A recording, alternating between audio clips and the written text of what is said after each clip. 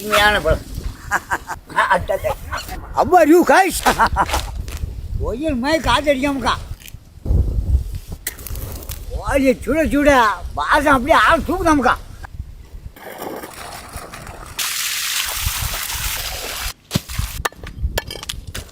என்னடா சாவல் முட்டை இருக்குன்னு நினச்சேன், அது கொட்டையாக இருந்திருக்கு.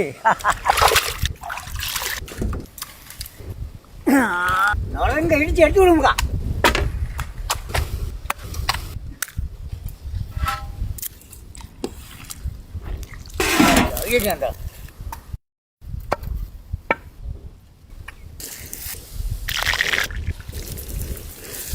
இஞ்சி பூண்டு அப்படியே சேர்த்து வேண்டியான். அரிசி பண்ணி கலவையை அப்படி இறக்க வேண்டியான். தேவையான உப்பு சேர்த்துக்கிறோம். இடிச்ச மிளகுமுக்கா அப்படியே இறக்கிடுவோம்.